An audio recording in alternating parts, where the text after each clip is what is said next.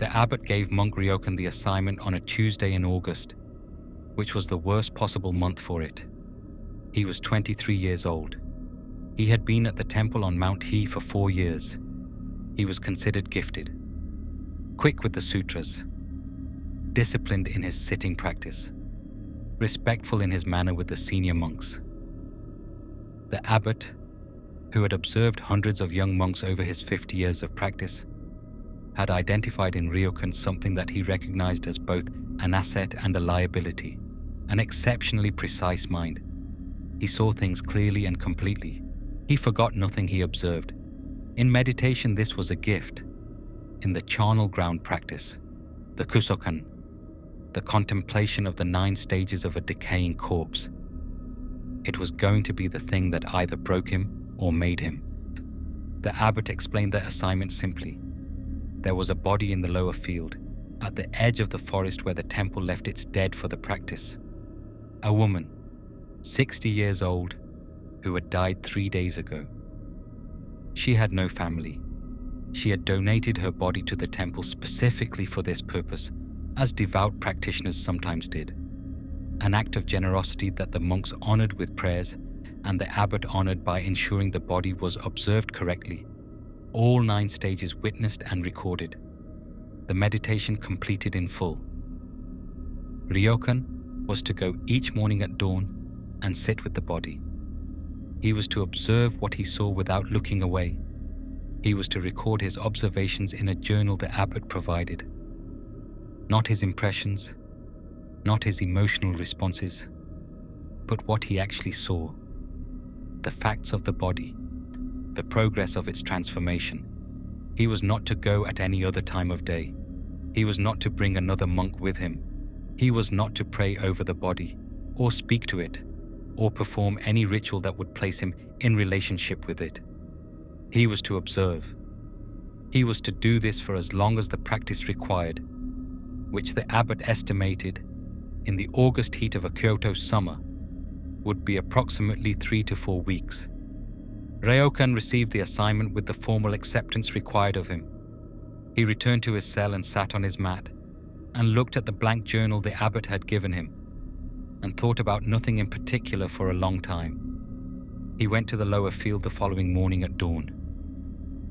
What he found there was still, on that first day, recognizable as a person. By the 4th day, it was not.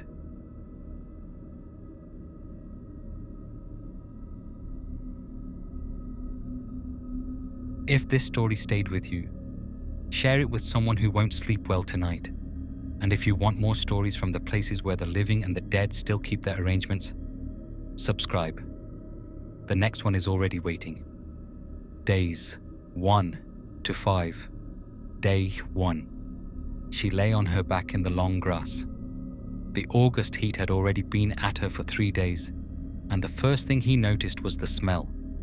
He had been told about the smell. He had nodded with the composure of a young man who believes he understands. He did not understand. Nothing prepares the body for the smell of a human being becoming something other than human. It entered his sinuses and settled there. And for 3 minutes, he stood at 20 meters breathing through his mouth, waiting for his body to stop refusing what his mind had already accepted. He sat. He wrote. He went back. Day 5. He heard it before he saw it. The sound of rupture is not loud. This is the thing no one tells you. A quiet, wet sound, like something settling, and then the smell multiplied beyond quantifying. He did not run. He sat for the full hour. He wrote, Day 5, rupture. I am continuing to observe. That night, he did not eat. He went back in the morning.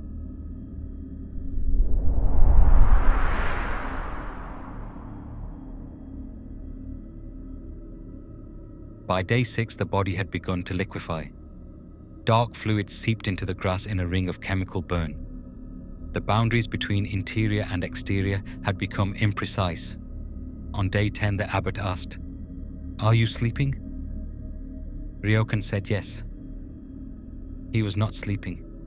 The field was behind his closed eyes, with or without his consent. The abbot said, The practice is working. The point is to carry the image until it becomes what you see when you look at all bodies, including your own, including everyone you have ever loved, including everything you have ever mistaken for permanent. And Ryokan said, "I cannot stop seeing it." The abbot said, "Good." By day 14, what remained could no longer be identified as human in the way a person on a road is human. The face was skull now. He wrote, "I am not certain I am the same person who began this journal."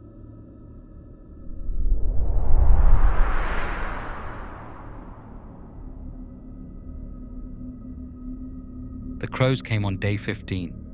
They did not leave when he sat down. By then he had become a fixed part of the field's landscape, as unremarkable as the stones.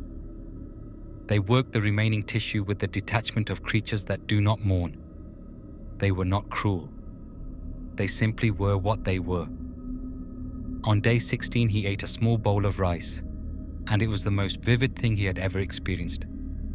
The monks around him breathing, warm and temporary, in a way the field had made not frightening, but luminous, as if impermanence were a quality that produced light in the things that possessed it.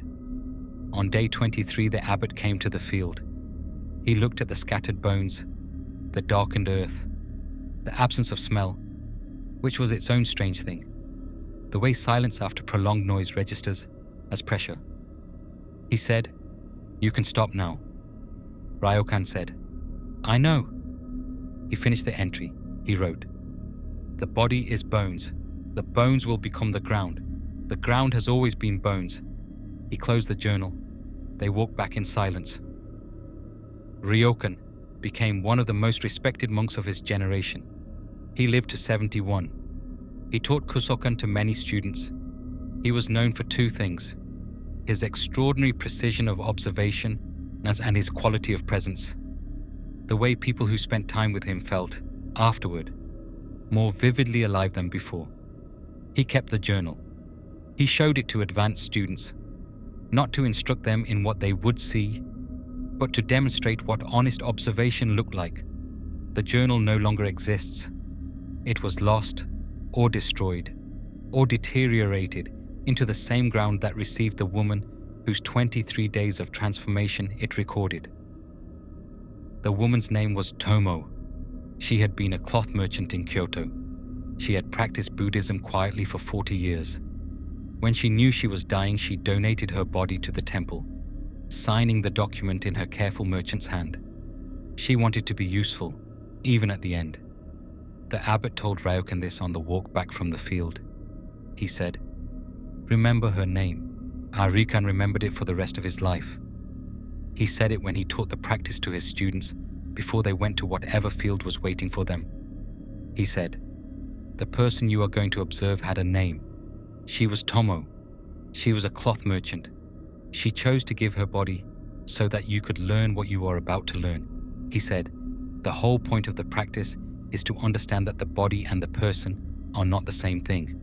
But you cannot reach that understanding without first knowing that the body was a person's, that it was inhabited, that it was loved." He said, "Remember Tomo. Keep her name in your mouth while you observe." He said, "When you can look at a decomposing body and remember the name of the person it was, and feel both things simultaneously, but the bare fact of the physical process and the full weight of the person who was there before the process, then the practice is complete. Not before. Not before." The temple bell struck once. It resonates. It resonates for a very long time. It does not fade quickly. It fades the way everything fades, slowly, and then all at once, and then it is gone, and there is nothing. And in the nothing you can hear, if you are very quiet, the sound of your own breathing, which is the most temporary and the most precious sound there is. Subscribe if you dare.